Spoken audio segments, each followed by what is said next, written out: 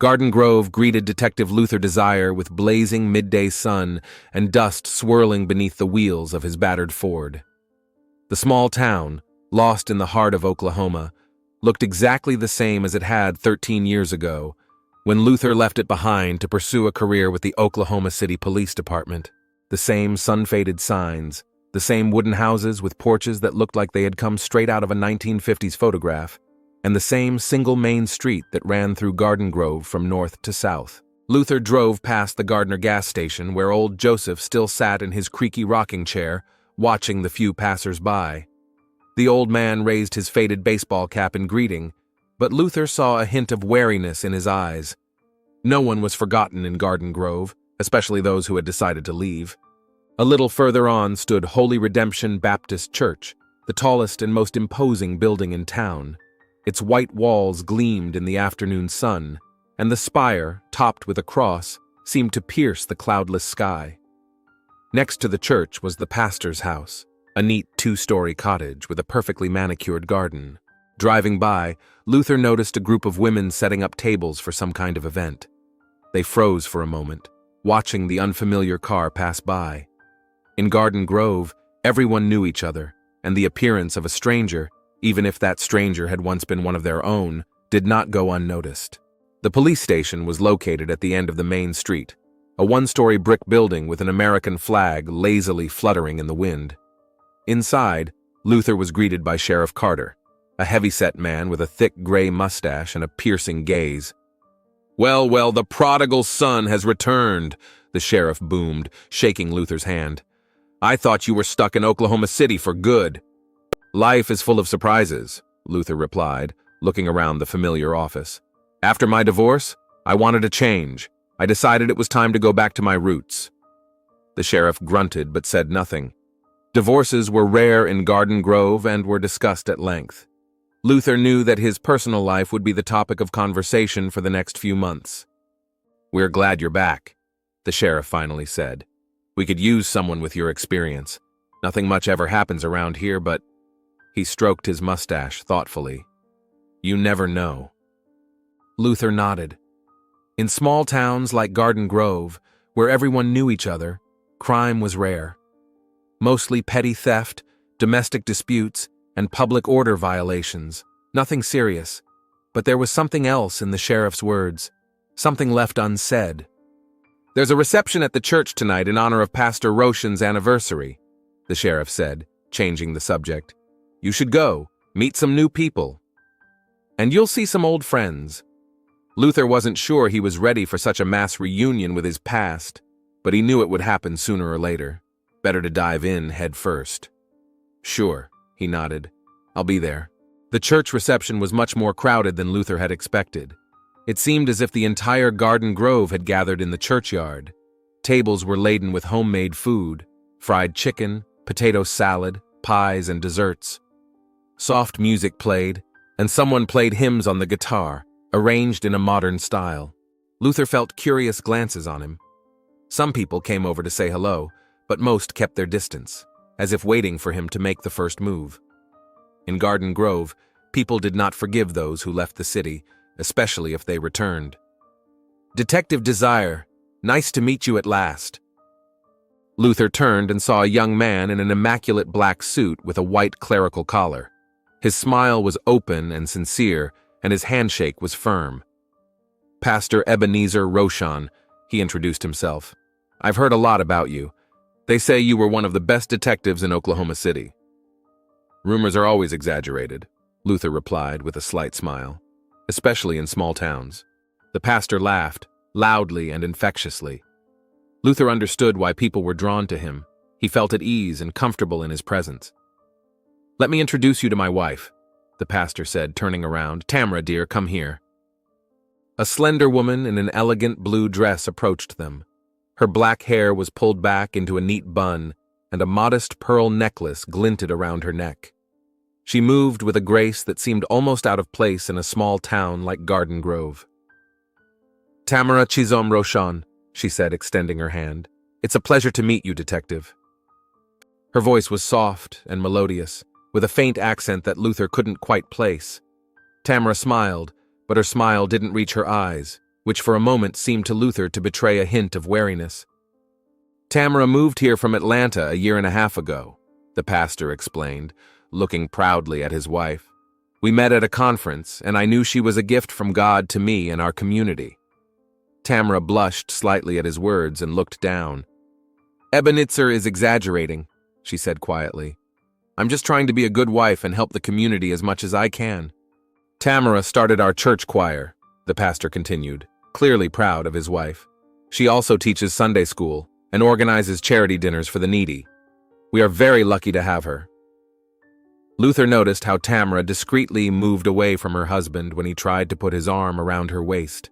The gesture was almost imperceptible, but the detective's experienced eye caught it. "Do you sing in the choir?" Luther asked Tamara. "No," she replied a little hastily. "I just organize it. I don't have a very good singing voice." Something in her tone made Luther wary. It seemed as if she wasn't telling the whole truth. "Tamara is too modest," the pastor interjected. "She has a beautiful voice. She's just shy about singing in public." Tamara smiled, but Luther noticed her shoulders tense. There was something strange about this exchange, something left unsaid. Their conversation was interrupted by an elderly man with a stern face and a gray beard. "Pastor, people are waiting for your address," he said with a slight reproach in his voice. "Of course, Deacon McCoy." Ebenezer nodded. "Detective, this is Deacon Obadiah McCoy, one of the pillars of our community." The deacon gave Luther a cold look and nodded slightly. "Excuse me," said the pastor. "Duty calls. It was nice to meet you, Detective. I hope we meet again." He hurried toward the makeshift stage, leaving Tamara with Luther and the deacon. An awkward silence fell. "I think I'll go too," Tamara said finally. "It was nice to meet you, Detective." She quickly left, leaving behind a light trail of floral perfume. Deacon McCoy watched her go with a look of clear disapproval. "Be careful, Detective," he said quietly. "Not everything in our town is what it seems." Without waiting for a reply, the deacon headed for the stage, where the pastor was already beginning his address to the congregation. Luther remained alone, pondering the deacon's strange warning. What did he mean? Or was it just the usual suspicion of a small-town old-timer toward outsiders? Luther's thoughts were interrupted by a familiar voice. "Luther Desir! I can't believe my eyes!" A middle-aged woman in a strict suit was approaching him. Her short, graying hair was neatly styled, and a stethoscope, the symbol of her profession, hung around her neck. "Dr. Pruitt," Luther smiled. "You haven't changed a bit." "You've grown up," she replied, giving him an appraising look. "And judging by the wrinkles around your eyes, life in the big city hasn't been all sunshine and roses." Lakeisha Pruitt was the only doctor in Garden Grove and knew all of its residents' secrets, both medical and personal. Luther remembered her from his school days, when she treated his scraped knees and popped his shoulder back into place after football games. "Life is rarely cloudless, Doc," Luther replied, "but I'm glad to be back." "Really?" Dr. Pruitt raised an eyebrow. "You were never a good liar, Luther. But I understand. Sometimes we need to go back to our roots to move forward." They walked over to the table with drinks, where Lakeisha poured herself some lemonade. "What do you think of our new pastor?" she asked, lowering her voice.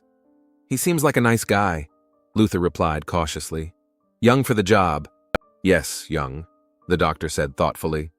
"The congregation chose him after the death of the old pastor Johnson. Many thought that Deacon McCoy would take the position, but—" She paused. Then Ebenezer showed up with his modern views and charisma. The young people were thrilled. "And the deacon, I take it, not so much?" "To put it mildly," Dr. Pruitt smiled. But everything changed when Ebenezer married Tamara. She seemed to soften him, make him more traditional. The deacon began to approve of his decisions, and the community calmed down. Luther glanced toward the stage, where the pastor was delivering a heartfelt speech about the importance of family values and traditions.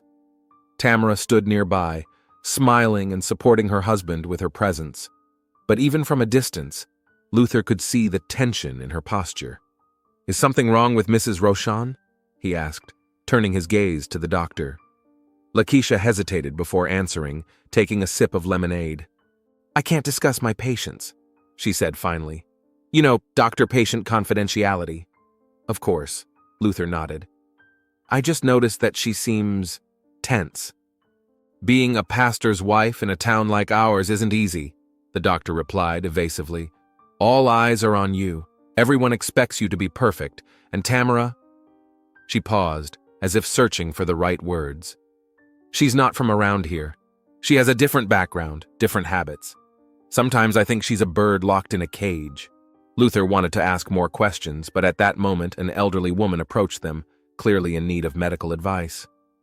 Dr. Pruitt apologized and took her aside, leaving Luther with his thoughts.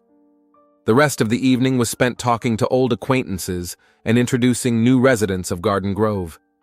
Luther watched the pastor and his wife, noting strange details in their interaction. They stayed close but seemed distant. Tamara smiled and talked to the parishioners, but there was a hidden sadness in her eyes. Towards the end of the evening, when it grew dark and the fairy lights came on, Luther noticed Tamara quietly separating from the group and heading towards the church. Obeying his professional curiosity, he followed her, keeping his distance. Tamara entered the church through a side door. Luther waited a few seconds and followed her. It was dark inside, with only the faint light of the moon shining through the stained glass windows, creating strange patterns on the floor. Luther moved cautiously between the pews until he heard soft sounds coming from the far corner of the church. He stopped behind a column and saw Tamara standing by the window.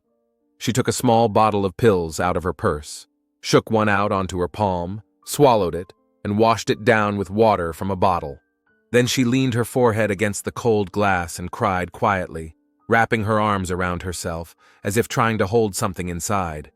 Her shoulders shook with silent sobs. Luther felt uncomfortable, realizing that he had witnessed something very personal. He quietly stepped back, trying not to give away his presence, but his foot hit the bench, making a soft squeak. Tamara turned around abruptly, wiping away her tears. "Who's there?" she asked in a trembling voice. Luther froze, unsure whether to reveal himself or try to slip away unnoticed. Something told him that there was more going on in Garden Grove than met the eye, and that Tamara Chizom Roshan was at the center of it all. For the next few days, Luther Desiree immersed himself in the routine of the small Garden Grove police station. Paperwork, street patrols, minor violations, nothing serious that required the skills of an experienced detective. But Luther's thoughts kept returning to the church reception and the strange scene he had witnessed. The image of Tamara crying and secretly taking some pills wouldn't leave him alone. Of course, it could have been anything from harmless vitamins to medication for a chronic illness. But Luther's intuition, honed by years of police work, told him that there was more to it than that. During one of his lunch breaks, he stopped by the local cafe, Martha's, where all the Garden Grove gossips gathered. Martha, a plump woman in her 60s with bright red hair, greeted him like an old friend, even though they were barely acquainted. "Luther Desire? Finally you've stopped by?" she exclaimed, smiling broadly. "What can I get you, handsome?" "Coffee and apple pie if it's still as good as it used to be," Luther replied, sitting down at the counter. "It's even better," Martha winked as she poured him some coffee. "So, how do you like Garden Grove again? I bet you miss the lights of the big city." "Sometimes," Luther admitted, "but this place has its charms too." "Like what?" Martha leaned on the counter, ready for a long conversation. "For example, the people. In the big city, no one knows anyone. But here..." Luther paused, taking a sip of coffee. "Here, everyone has a story." "Oh, that's for sure," Martha said animatedly. "Everyone has their own story, and all the stories are intertwined. Take our new pastor and his wife, for example." Martha was talking about exactly what Luther wanted to know, but he didn't show his interest, just nodding and occasionally asking leading questions. "What about them?" he asked casually. "Well, Ebenezer is a great pastor, no one can argue with that. He's young, energetic, with modern views. But his wife..." Martha lowered her voice, even though there was almost no one else in the cafe. "She's kind of different." "In what way?" "It's hard to explain. She seems friendly. She helps out at church, and she does charity work. But she keeps to herself all the time, as if she's afraid to get close to anyone. And she has this strange accent." "She's from Atlanta, isn't she?" Luther asked. remembering the pastor's words. That's what she says. Martha shrugged. But I'm from there, and her accent isn't like an Atlanta accent at all. More Western, I'd say. Maybe California, or even further west. Luther noted the discrepancy. A small lie, but why? Do you know anything about her past? Family? Friends? Nothing at all. Martha leaned closer. No one ever visits her. She rarely talks on the phone. And when she does, it's in whispers. Once I heard her talking in the churchyard. It was strange, as if she was afraid of being overheard. When she saw me, she immediately stopped talking and put her phone away. Maybe it was a personal conversation, Luther suggested. Maybe, Martha agreed without much conviction. But there's something about her. I can't explain it. It's like she's always playing a role, you know? Luther understood. He had noticed it himself during the church reception. Tamara Chisholm Rochon was the perfect pastor's wife. Friendly, modest, devoted. But behind that perfect mask, there was something else. He thanked Martha for the pie and coffee, leaving a generous tip, and stepped outside, pondering the information he had received. Perhaps it was all just town gossip, exaggerated out of boredom. But what if it wasn't? That same day, Luther stopped by the local library where Mrs. Peacock worked, an elderly woman who seemed to know everything about everyone in Garden Grove. Detective Desir, what a pleasant surprise, she greeted him. How can I help you? Just looking around, Luther replied, walking along the bookshelves. I wanted to see if anything had changed over the years. Oh, we're computerized now, Mrs. Peacock said proudly, pointing to an old computer behind the counter. And we have internet access. The connection is often down, but it's still progress. Luther nodded, pretending to be impressed. Does the local newspaper still come out? Of course. The Garden Grove Herald comes out every Friday, just like it always has. We even have a digital archive of all the issues. Would you like to take a look? That was just what Luther needed. He agreed, and Mrs. Peacock led him to the computer. Here you go. Here are all the issues from the last 5 years. Are you looking for anything in particular? I just want to keep up with local events, Luther replied. Thank you. When Mrs. Peacock left, Luther began browsing through the issues from the last 2 years, paying particular attention to news related to the church and Pastor Rochon. He found several articles about charity events organized by Tamara, the church choir, and Sunday school. But there was nothing about her past, where she came from, or who she was before she met the pastor. Then he found a note about Ebenezer and Tamara's wedding, short with no photos, just a mention that the ceremony was modest, attended only by the pastor's closest friends, not a single guest from the bride's side. It was strange. In a town like Garden Grove, a pastor's wedding should have been a significant event, with photos and a detailed description. But the article looked as if the wedding had been reported with a heavy heart. Continuing his search, Luther came across an article about a church conference in Atlanta where Ebenezer Rochon was one of the speakers. This must have been the event where, according to the pastor, he met Tamara. But there was no mention of her in the article. Luther made a few notes in his notebook and thanked Mrs. Peacock for her help. Leaving the library, he decided to walk around town, thinking over the information he had gathered. Garden Grove was immersed in an afternoon slumber. Dusty streets, faded signs, and rare passers-by hurried to find shelter from the heat. Luther walked aimlessly until he found himself near a church. Holy Redemption looked impressive, even on a weekday. Luther climbed the steps and entered. The church was cool and quiet, with only muffled voices coming from somewhere deep inside. Luther walked between the pews, looking at the stained glass windows and the altar. He was not a religious man, but he always respected other people's beliefs, especially in places like Garden Grove, where the church was the center of community life. The voices grew louder, and Luther realized they were coming from the pastor's office, the door of which was ajar. He didn't intend to eavesdrop, but when he heard Tamara's name, he stopped. I don't understand why you're defending her, Ebenezer, said a low, hoarse voice that Luther recognized as that of Deacon McCoy. She's acting strange, and people are noticing. People always notice things, Deacon, replied the pastor's voice, tinged with irritation, especially when they have nothing better to do than discuss other people's lives. I'm not talking about gossip. I'm talking about facts. She avoids contact with the congregation, often misses services, and when she does come, she keeps to herself. That's not how a pastor's wife behaves. Tamara has health problems, as I've already explained. What kind of problems? The deacon's voice sounded skeptical. Dr. Pruitt never mentioned any serious illnesses. Dr. Pruitt is bound by medical confidentiality, Deacon, and I ask you to respect our privacy. Your privacy ceased to be your own when you became a pastor, Ebenezer. People look up to you, to your family. You are an example to them, and if your wife is hiding something, enough!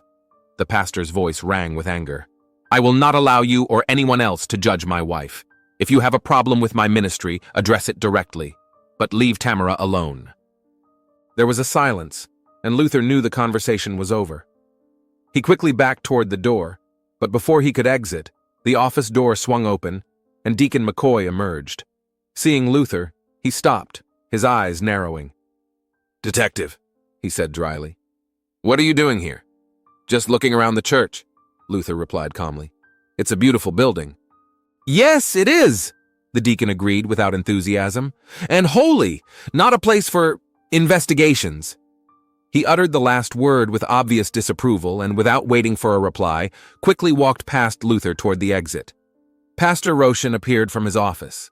He looked tired, but when he saw Luther, he tried to smile. Detective Desir, what a surprise. To what do I owe the honor? Just passing by, Luther replied. I thought I'd drop in. I hope I'm not disturbing you? No, the pastor shook his head. Deacon McCoy was here to discuss church matters. It was obvious that the pastor did not want to talk about the content of the conversation, and Luther did not press the issue. How is your wife? He asked instead. I hope she's all right? The pastor's face tensed for a moment, but he quickly controlled his emotions. Yes, thank you for asking. Tamara's feeling a little under the weather. Nothing serious. Luther nodded, pretending to accept the explanation. Give her my regards. I hope to see you soon. Leaving the church, Luther headed for the police station. He had more questions than answers, and he wasn't sure if he should continue digging into this story. After all, there was no official investigation, and the pastor and his wife's personal lives were none of Luther's business. But something told him that there was something serious behind it all. And if he was right, it was better to find out the truth now than later, when it might be too late. The station was quiet. Sheriff Carter had gone to lunch, and the deputy was dozing at his desk. Luther walked over to his workstation and turned on his computer. He sat for a few minutes, tapping his fingers on the desk, thinking about his next move. Finally, he made up his mind. Using his access to the police database, Luther began searching for information on Tamara Chisholm. The system was slow. The internet in Garden Grove left much to be desired, but after a while, the results appeared on the screen. Tamara Chisholm, 30 years old, born in Atlanta, Georgia. No criminal record, no fines, no accidents. A clean slate. Too clean, Luther thought, as if someone had carefully erased all traces. He expanded his search to include neighboring states and different variations of the name. And then something interesting came up. Thomas Chisholm, San Francisco, California. Same date of birth, similar biographical details. But a man, not a woman. And the photo taken for his driver's license a few years ago showed a young black man with delicate features that... Luther looked closer. Yes, there was a definite resemblance to Tamara. Very definite. He continued his search and discovered that all records of Thomas Chisholm ended about 2 years ago. It was as if the man had simply ceased to exist. Luther leaned back in his chair, pondering the information he had found. Could Tamara be Thomas? It would explain a lot. Her secrecy, her strange behavior, the pills she had been taking in secret. But how was this connected to the pastor? Did Ebenezer know the truth about his wife? And if not, what would happen when he found out? Luther closed the database and turned off the computer. He needed to talk to Dr. Pruitt. If Tamara really was Thomas, she needed medical help, hormone therapy, possibly other medications. And in a small town like Garden Grove, the only person who could provide that kind of help was Dr. Pruitt. He found her at the medical center, a small, one-story building on the outskirts of town. Dr. Pruitt had just finished seeing patients and was about to leave. Luther? She smiled when she saw him. Is something wrong? I need to talk to you, Doc, alone. Dr. Pruitt looked at him intently, then nodded and led him into her office. Closing the door, she sat down at her desk and motioned for Luther to sit across from her. I'm listening. Luther didn't beat around the bush. Tamara Chizom Roshan. She used to be a man, right? Dr. Pruitt didn't show any surprise. She just leaned back in her chair and sighed wearily. You've always been too perceptive for your own good, Luther. But I can't discuss my patient's medical issues. I'm not asking for medical details, Doc, but I need to know if she's in danger. Why do you think she's in danger? Because we live in Garden Grove, Oklahoma, because her husband is the pastor of a conservative Baptist church, and because people are starting to suspect something. Dr. Pruitt was silent for a long time, as if weighing the pros and cons. Finally, she spoke, choosing her words carefully.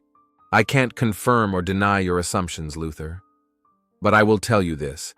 There are people in this town who will never accept those who are different from them, and there are those who will do anything to preserve their reputation and position. Does the pastor know? It's not my place to tell anyone what to do, the doctor replied evasively. But if you have reason to believe that someone is in danger, do what you think is best. Just remember that sometimes, in trying to help, we can do more harm than good. She stood up, signaling that the conversation was over. Be careful, Luther. Garden Grove may seem sleepy and peaceful, but beneath the surface, passions run just as high as they do in Oklahoma City. That evening, Pastor Ebenezer Roshan returned home later than usual. Church business had delayed him, and afterwards he had walked the streets of Garden Grove for a long time, thinking over his conversation with Deacon McCoy. The house greeted him with silence. The only light came from the kitchen, where the faint aroma of dinner wafted out. Ebenezer hung up his jacket and went inside. Tamara was sitting at the table with a cup of cold tea in front of her. She looked pale and tired. Sorry I'm late, Ebenezer said, leaning down to kiss her on the cheek. Tamara pulled away slightly, and the movement did not escape the pastor's attention. Lately, she had been avoiding his touch more and more. Dinner's in the oven, she said quietly. I wasn't sure when you'd be back. Thanks, Ebenezer said, sitting down across from her. How are you feeling today? Fine. Did you take your medicine? Yes, of course. They sat in silence, broken only by the ticking of the clock. Ebenezer looked at his wife, trying to understand what was going on between them. When they first met, everything was different. Tamara was open, laughed, talked about her dreams. Now she seemed closed off, a shadow of her former self. Deacon McCoy was here today, Ebenezer finally said. He's worried about you. So are many in the community. They have nothing to worry about, Tamara replied without looking up. I'm fine. You're not fine, Tamara. Something's going on and I want to know what it is. Nothing's going on. I'm just tired. It's hard being a pastor's wife, always in the spotlight, always perfect. That didn't bother you before. You used to love interacting with people and being involved in church life. People change, Ebenezer. The pastor sighed. This conversation, like so many others lately, was going nowhere. I'm going to bed, Tamara said, getting up. Don't forget to turn off the oven. She left, leaving Ebenezer alone in the kitchen. He sat motionless, listening to the creak of the stairs beneath her light footsteps. Something was happening to his wife, to their marriage, and he didn't understand what. But he was determined to find out. Ebenezer went upstairs half an hour later. The door to their bedroom was closed, and there was no sound coming from it. He knocked quietly. Tamara, are you awake? There was no answer. Ebenezer cautiously opened the door. The room was empty, but he could hear water running in the bathroom. He was about to leave when his gaze fell on Tamara's bedside table. The drawer was slightly open, and he could see the edge of a document. Ebenezer usually respected his wife's privacy, but now, driven by growing anxiety, he walked over to the nightstand and opened the drawer. Inside was a folder with medical documents. Ebenezer took it with trembling hands and opened it. What he saw made his heart stop. Photographs, medical reports, prescriptions for hormone medications, and a name, Thomas Chizom. The face staring back at him from the photograph was one he recognized with horror as his wife's. The sound of water in the bathroom stopped. Ebenezer quickly put the folder back and closed the drawer. His mind refused to believe what he had just seen. The bathroom door opened, and Tamara appeared in a bathrobe with a towel on her head. Seeing her husband, she stopped. "Ebenezer? Is something wrong?" He looked at her, trying to see in this familiar and beloved face the features of a stranger named Thomas, and he realized with horror that he could see them. "Who are you?" he asked quietly, but there was steel in his voice. Tamara turned pale. She knew this moment would come sooner or later, but she still wasn't ready. "What are you talking about?" She tried to smile, but it came out pitiful. "Don't lie to me anymore." Ebenezer took a step toward her. "I saw the documents. I know that you're—" He couldn't say it out loud. "That you're not who you say you are." Tamara sank to the edge of the bed, as if her legs had given way beneath her. She knew this day would come, but she still wasn't ready. "I was going to tell you," she whispered. "I wanted to many times, but I couldn't find the words." "Tell me what?" Ebenezer's voice was filled with anger mixed with pain. "That you've been deceiving me from the very beginning? That our marriage is a lie?" "Our marriage isn't a lie," Tamara exclaimed, looking up at him with tears in her eyes. "My feelings for you are real. They always have been. How can I believe a single word you say?" Ebenezer stepped back, as if he couldn't bear to be near her. You're a man?" "I am a woman," Tamara said firmly despite her tears. "I have always been a woman. I was just born in the wrong body, and I corrected that mistake. That's unnatural. It's a sin against nature, against God. God created me the way I am." Tamara stood up, her voice filled with strength. "He gave me the strength to become myself, my true self." "Don't you dare talk about God!" Ebenezer raised his voice. "You deceived me. You deceived the whole community. You made me a laughingstock." "I never wanted to hurt you." Tamara took a step toward him, reaching out her hand. I love you." Ebenezer recoiled from her touch as if it could burn him. "Don't touch me," he hissed. "I want to know the truth, the whole truth, right now." Early in the morning, Luther Desire sat in the police station, reviewing the results of his investigation. A folder with printouts from the police database lay in front of him, and a photo of Thomas Chisholm from his California driver's license was open on his computer screen. The resemblance to Tamara was undeniable. The same eyes, the same cheekbones, the same shape of the lips. Only Thomas's features were slightly more angular, and his hair was short. Luther leaned back in his chair and rubbed his nose. Now he had the full picture. Thomas Chisholm, born in San Francisco, had undergone gender reassignment surgery about 2 years ago. Shortly thereafter, he, now she, moved to Atlanta, where she met a young pastor named Ebenezer Roshan at a church conference. Tamara hid her past, and they got married. Ebenezer brought her to Garden Grove, where he introduced her to the community as his wife. Luther understood that in a conservative town like Garden Grove, such a revelation could cause a real scandal. A pastor marrying a transgender woman was beyond the comprehension of most of the locals. If the truth came out, Ebenezer's career would be ruined, and Tamara... Luther didn't even want to think about what could happen to her in a town where transgenderism was considered a perversion and a sin. The phone rang, interrupting his thoughts. "Detective Desire," he answered. "Luther, it's Lakeisha Pruitt." The doctor's voice sounded alarmed. "I need to talk to you. Urgently." "What's wrong?" "Not over the phone. Come to the clinic as soon as you can." Luther put his papers in a folder, locked it in his desk drawer, and hurried to the clinic. Dr. Pruitt was waiting for him at the entrance, nervously smoking a cigarette, a habit she had always claimed to have kicked long ago. "What happened?" Luther asked as he approached her. The doctor stubbed out her cigarette and gestured for him to come inside. In her office, she closed the door, sat down at her desk, and motioned for Luther to take a chair opposite her. "Tamara came to see me last night," she began without preamble. "She was in a terrible state. She was crying and shaking. She said that Ebenezer found out the truth." "Damn," Luther exhaled. "How did he react?" According to Tamara, not very well. She said he yelled at her, called her a liar, talked about sin and perversion. Dr. Pruitt shook her head. I gave her a sedative and offered to let her stay with me, but she refused. She said she had to go back and try to explain everything to Ebenezer. Do you think he might hurt her? Dr. Pruitt paused, searching for the right words. Ebenezer has always struck me as a reasonable man, despite his conservative views.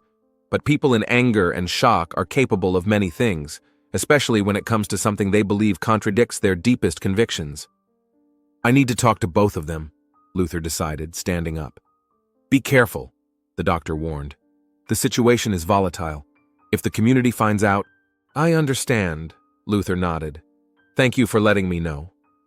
He left the clinic and headed for the pastor's house. It was a quiet Saturday morning, and the streets of Garden Grove were almost empty. Luther walked quickly, thinking about what he would say. As a detective, he had no formal reason to interfere in the pastor's family affairs. But as a human being, he couldn't stand by knowing that the situation could turn tragic. The pastor's house, usually neat and tidy, looked abandoned. Things were scattered around the yard as if someone had thrown them out of the window in anger. The front door was ajar. Luther slowed his pace, instinctively placing his hand on his holster. Pastor Rochon, he called, stepping onto the porch. This is Detective Desir. May I come in? There was no answer.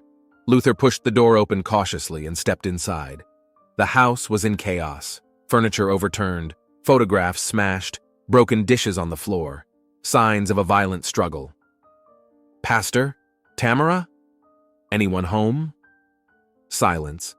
Luther walked through the living room to the kitchen, then climbed the stairs to the second floor. The bedroom looked as if a hurricane had swept through it. The closet was open. Clothes were scattered everywhere. An open suitcase lay on the bed, half-packed. Next to it was a crumpled letter. Luther picked it up and read, Ebenezer, I'm sorry for the pain I've caused you. I'm leaving and won't interfere in your life. You're a free man. File for divorce. Say whatever you want. I never wanted to deceive you. What we had was real. My love for you is real. Tamara. Luther folded the letter and looked around. It seemed that Tamara had started packing, but something had interrupted her, or someone.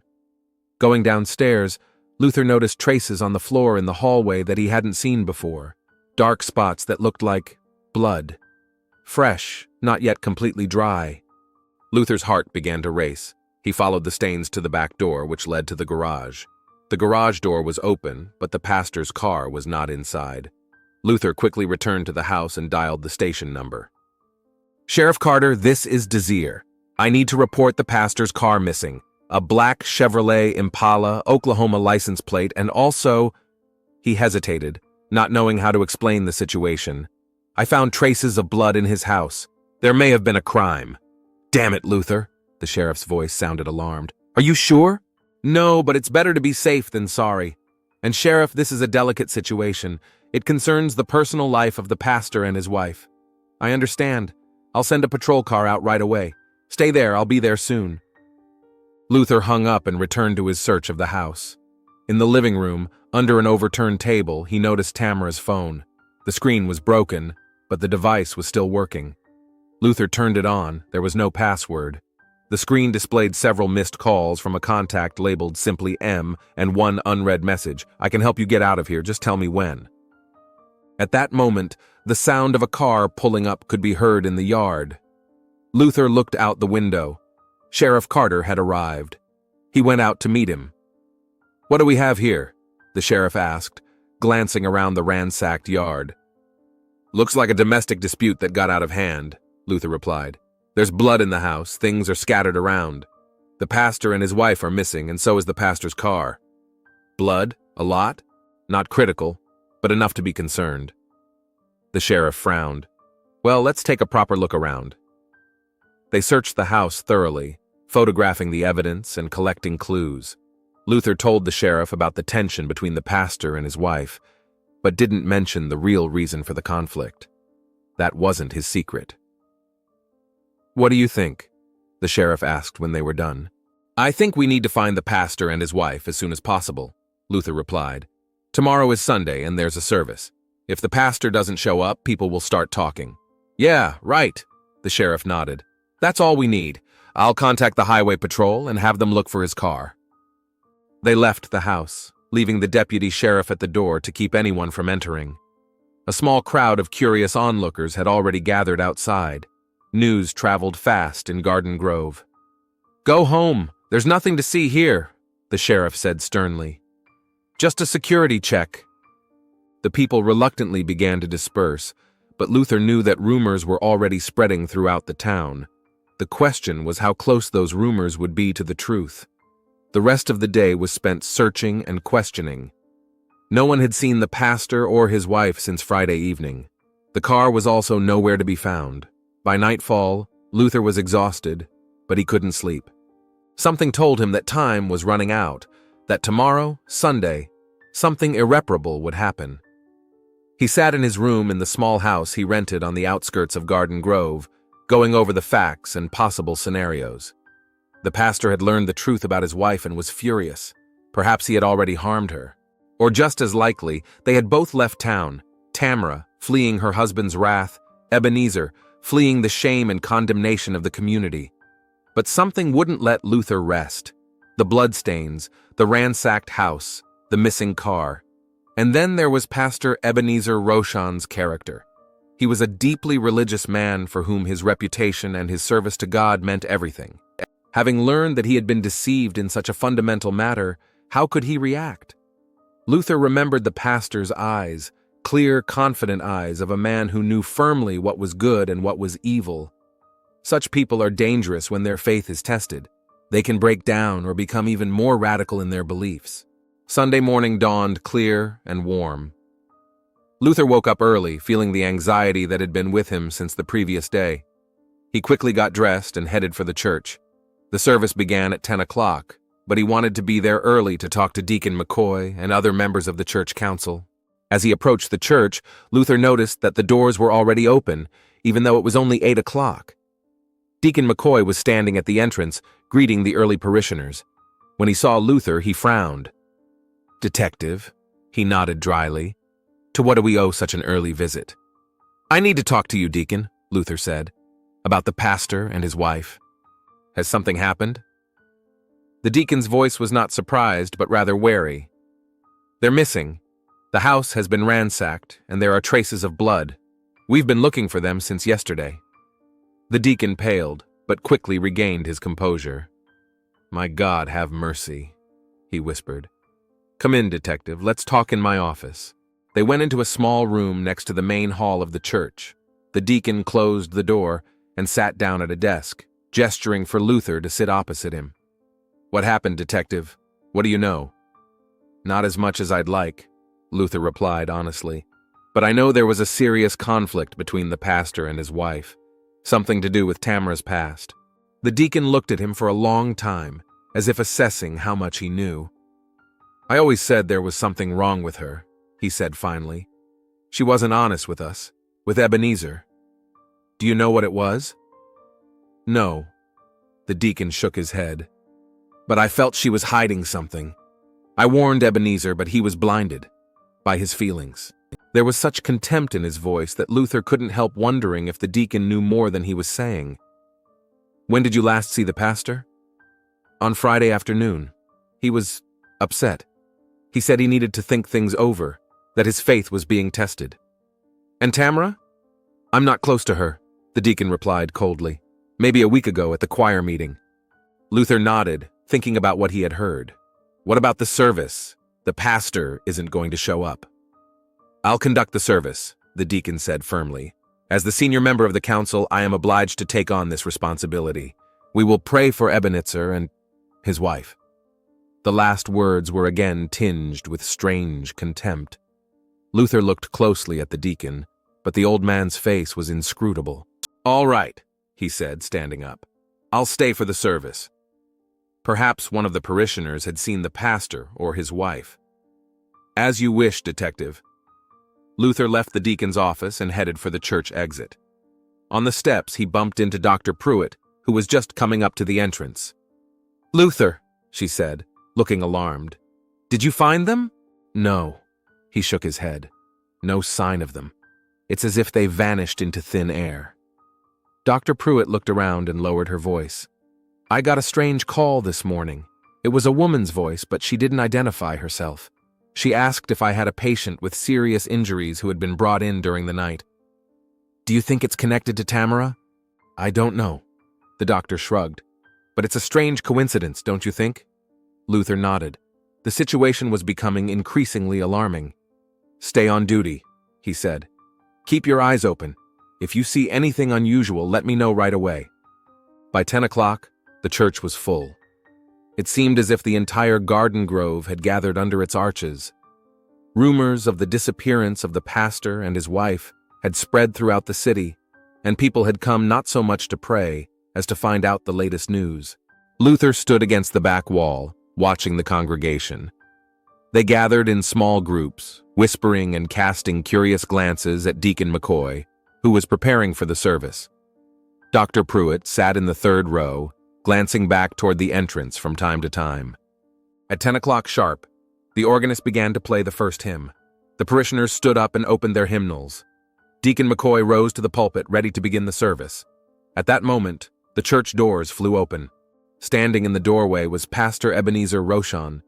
His clothes were rumpled and splattered with something dark, his face was pale, and his eyes were feverishly shining. But that was not what made the congregation freeze in horror. In his arms, the pastor held a body, the lifeless body of a woman in a blood-stained dress. Her head hung limply to one side, her arms dangling like broken branches. Tamara. For a moment, dead silence reigned in the church. Then one of the women screamed. Others joined in. Panic broke out. Luther rushed forward, pushing his way through the crowd. The pastor stood motionless, staring ahead with a fixed gaze. When Luther approached, Ebenezer turned his eyes to him, empty, like a doll's. She lied to me, he said in a colorless voice. She lied to me all this time. Pastor, put her down, Luther said firmly, slowly approaching. Put Tamara down and let's talk. Her name is not Tamara, the pastor replied with a strange smile. Her name is Thomas. He deceived me, deceived all of us. A whisper ran through the church. People backed away, their eyes filled with horror and confusion. Put her down, Pastor, Luther repeated, taking another step forward. Now. Ebenezer seemed not to hear him. He took a few steps forward, still holding his wife's body in his arms, and stopped in front of the altar. I wanted to confess, he said, addressing the congregation. To confess to you, to God. I have sinned. I gave in to anger. I broke the commandment, thou shalt not kill. A horrified gasp swept through the church. People began to retreat toward the exit, mothers clutching their children close and covering their eyes. Luther took another step forward, ready to lunge forward at any moment. He saw that Dr. Pruitt was also slowly approaching from the other side. But is it a sin to punish a deceiver? Continued the pastor, his voice growing louder. Doesn't Scripture say that a man who wears women's clothing is an abomination to the Lord? Doesn't it say that his blood is on him? Ebenezer, Dr. Pruitt's voice was soft and soothing. Let me help Tamara. It may not be too late. The pastor turned to her, something like hope flashing in his eyes. Really? He asked like a child. You can help her? Yes. The doctor nodded, taking another step forward. Just let me take a look at her. Ebenezer hesitated. Then he slowly sank to his knees, still holding Tamara in his arms. Dr. Pruitt approached and leaned over the body, checking her pulse and looking into her eyes. She's alive, the doctor whispered, looking up at Luther. Her pulse is weak, but she's alive. Luther felt the tension ease a little, but the situation was still critical. The pastor held Tamara tightly, not allowing the doctor to examine her properly. Pastor, Luther said to him, let go of Tamara. Let Dr. Pruitt help her. Why? Ebenezer asked with genuine confusion. Why save someone who has broken God's laws and man's laws? Because it's not up to you to decide who is worthy of life and who isn't, Luther replied firmly. Only God can decide that. A flicker of doubt crossed the pastor's eyes. He looked at Tamara's lifeless face, and something wavered in his gaze. I loved her, he whispered. God, how I loved her. At that moment, police sirens could be heard outside. One of the parishioners who had run out of the church had called the police. The sound seemed to snap the pastor out of his stupor. He stood up abruptly, still holding Tamara in his arms. "No," he said firmly. "I must finish what I started. It is my responsibility before God and before you." He took a step toward the altar. Luther realized that there was no time to hesitate. He lunged forward, knocking the pastor to his feet. Tamara fell from his arms and lay on the floor, while Luther and Ebenezer rolled down the aisle in a desperate struggle. Despite his position, the pastor proved to be a strong opponent. He fought with the fury of a man who believed he was right, but Luther was a professional. Within seconds, he managed to pin the pastor to the floor and restrain his arms. "It's over, Pastor," he said, breathing heavily. "Don't make this worse for yourself." The church doors flew open and Sheriff Carter and his deputies burst in, weapons at the ready. They quickly assessed the situation and rushed to Luther's aid. "Take him away," Luther said, getting to his feet, "and call an ambulance for his wife." The sheriff nodded and signaled to his deputies. They lifted the pastor and led him to the exit. Ebenezer didn't resist, his face blank, as if all emotion had left him. Luther approached Tamara, who was already being attended to by Dr. Pruitt. She unbuttoned her blood-stained dress and examined the wounds. "How is she?" Luther asked quietly. "Several stab wounds," the doctor replied without looking up from her work. "She's lost a lot of blood. But if the ambulance gets here quickly, she has a chance." Outside the church windows, the sirens of the approaching ambulance could be heard. The parishioners who remained in the church stood in shock, watching what was happening. Some cried, some prayed, some just stared in horror and confusion. Deacon McCoy was still standing at the pulpit, his face white as a sheet. He looked down at Tamara lying on the floor, and there was something like regret in his eyes. Luther approached him. "You knew," he said quietly so that no one but the deacon could hear. "You knew who she really was." The deacon didn't answer, but his gaze was confirmation enough. "Why didn't you stop this?" Luther asked. "Why didn't you help her?" "I tried," the deacon replied, barely audibly. "I offered to take her away before the truth came out, but she loved him. She really loved him." Luther remembered the message on Tamara's phone from a contact named M. McCoy, so it was the deacon who had offered her help. "It's too late now," Luther said. "Too late." He turned away and headed for the exit. Sheriff Carter stood on the steps of the church, watching as paramedics loaded Tamara into an ambulance. "I never thought something like this could happen in Garden Grove," he said, shaking his head. "What the hell happened, Luther?" "A story of secrets, lies, and prejudice," Luther replied quietly, watching the ambulance drive away with its sirens blaring. "A story about how the fear of rejection collides with the horror of being deceived." The police car with Pastor Ebenezer also drove away from the church, and a crowd of Garden Grove residents, shocked and confused, was already gathering around. Luther knew that this town would never be the same again. Once the truth came out, it would change everything, exposing the darkness hidden behind the facade of piety and tradition.